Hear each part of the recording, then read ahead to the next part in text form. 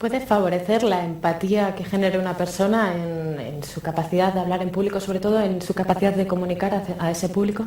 Sí, incluso a mí me gusta hablar del concepto de empatía con el público.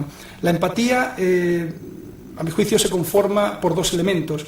Uno es, empatía se define como esa capacidad de entender las necesidades de los demás. Podríamos hablar de empatía a través de la escucha y podríamos hablar de la empatía a través de la expresión que uno tiene. La escucha, ¿cómo puedo escuchar a mi público? Mirándole a los ojos, viendo sus movimientos, sus gestos. Una de las claves de un buen orador es la flexibilidad, la capacidad de conectar con la gente. Y en términos de expresión, que definirían esa segunda parte de la empatía, no solamente la expresión en términos verbales de lo que decimos, sino también la expresión de nuestro cuerpo, de nuestras manos, de nuestros gestos, la forma como nos vestimos. La sonrisa es clave a la hora de comunicarte con la gente. Si quieres conectar con el público, practica la empatía con el público. ¿Por qué es importante trabajar la emoción en la comunicación? A la gente le gusta que le cuenten historias. A la gente le gusta que le hablen en primera persona.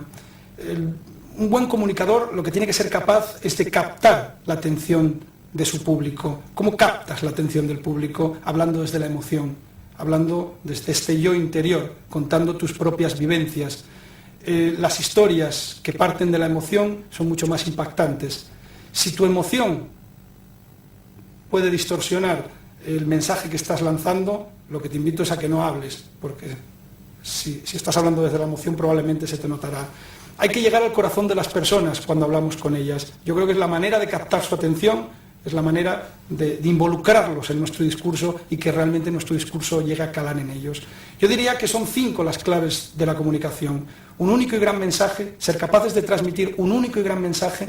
En segundo lugar, hacerlo a través de historias, de manera que envuelva a la gente. En tercer lugar, yo hablaría del lenguaje, un lenguaje adecuado, mirando a los ojos a las personas, el lenguaje propio de ellos. Hablaría también de hablar desde la emoción, hablar desde esa parte íntima. Y en quinto lugar, hablaría de intentar persuadir más que arrastrar o convencer. Tú lanza tu luz y el que quiera acercarse que se acerque. Ese es el arte de la oratoria. Para aquellos que quieran aprender a hablar bien en público, también pueden tener un referente, alguien que diga, quiero parecerme a... porque es un gran orador, o cada uno debe de potenciar sus cualidades.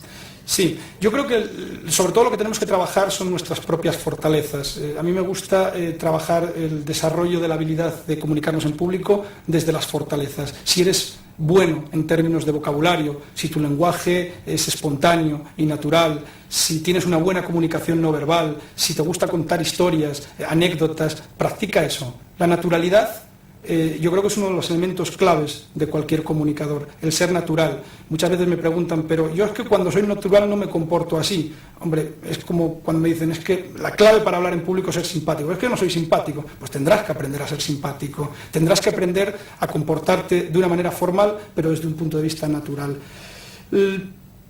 La clave está ahí. Yo creo que eso es uno de los elementos que hacen que nuestros mensajes sean mucho más contundentes. La naturalidad, la espontaneidad, lo que te decía antes, llegando al corazón de las personas. Hablábamos antes también de los gestos, de la ropa que llevamos. La comunicación no verbal es casi tan importante como la comunicación verbal a la hora de enfrentarse a un público, ¿no es así? Es cierto, el cómo es tremendamente importante y nos comunicamos de 3 maneras, a través de nuestro lenguaje verbal, a través de nuestro lenguaje no verbal y a través de los silencios. Los silencios, si sabes solfeo, aparecen en las partituras. Los silencios son elementos también de la comunicación. El manejo adecuado de los silencios y las pausas son clave. En términos de comunicación no verbal podríamos hablar de 3 elementos. El paralenguaje, es ese leer entre líneas, el lenguaje de los gestos y el lenguaje contextual. En un mensaje, el 7% del impacto del mensaje se debe a tus palabras, el 35% a la entonación que utilizas y el resto al lenguaje no verbal. Si existe disonancia entre tus palabras y el lenguaje no verbal, la gente se cree más el lenguaje no verbal, con lo cual invito a que la gente tenga cuidado en lo que dicen sus gestos, sus palabras, porque es muy difícil reforzar tus ideas, tus palabras con los gestos.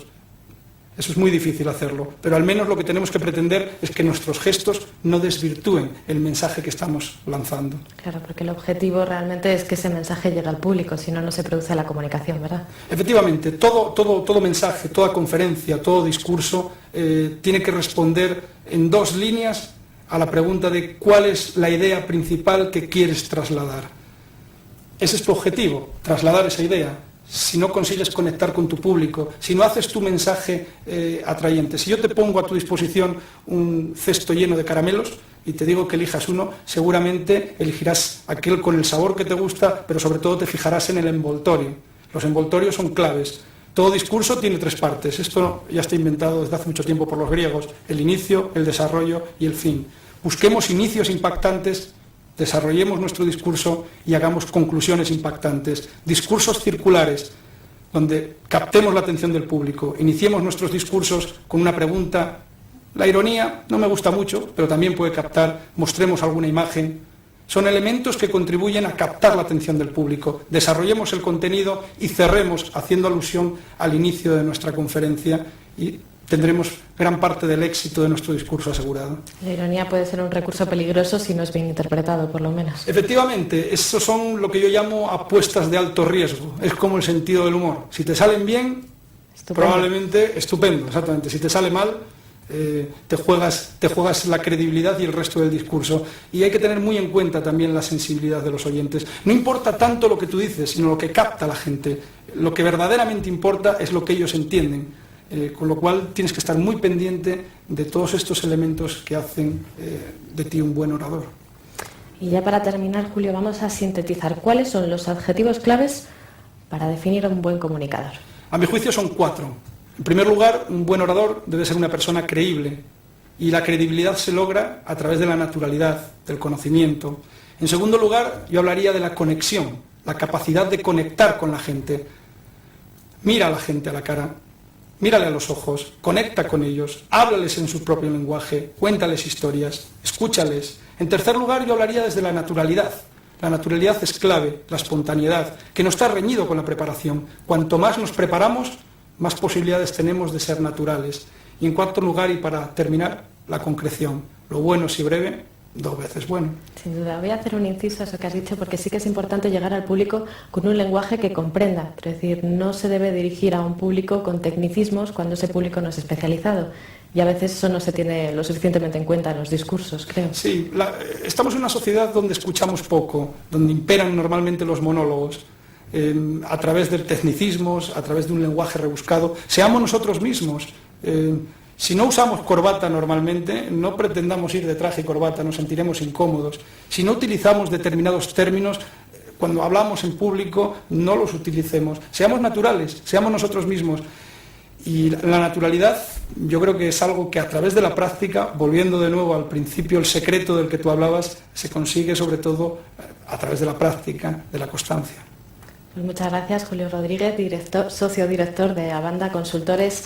Y ustedes ya lo han visto, hablar en público no se limita a tomar la palabra y soltar un discurso. Hablar en público consiste en lograr establecer una comunicación efectiva con el mismo, en la que uno sea capaz de transmitir sus ideas. Tomen buena nota de los consejos y advertencias que hoy se han hecho en este programa, y si no les resultan efectivas, si tienen algo que aportar o alguna crítica que hacernos, no duden en ponerse en contacto a través de nuestro correo electrónico capitalhumano@intereconomia.tv. Nos volveremos a ver muy pronto. Hasta entonces.